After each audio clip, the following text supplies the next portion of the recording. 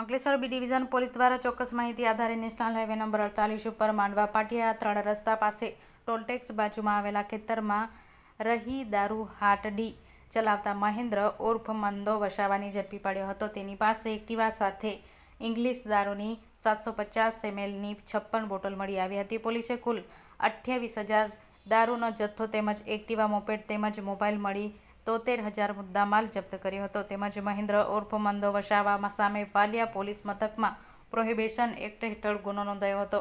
તો ઇંગ્લિશ દારૂનો જથ્થો ક્યાંથી લાવ્યો તે અંગે આકરી પૂછપરછ કરતા કરજણના બુટલેગર અમિત વસાવા આવીને આપી ગયા હોવાની કબૂલાત કરતા પોલીસ તેને વોન્ટેડ જાહેર કર્યો હતો. અમિત વસાવા વિરુદ્ધ વડોદરા જિલ્લામાં 3 પોલીસ મથકમાં 6 અને ભરૂચ એ ડિવિઝન પોલીસ મથકમાં 1 પ્રોહિબિશનનો ગુનો દાખલ થયો છે.